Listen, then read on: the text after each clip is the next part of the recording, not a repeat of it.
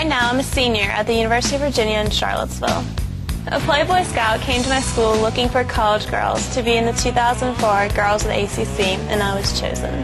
After that, they asked me to do a Playmate test, and here I am.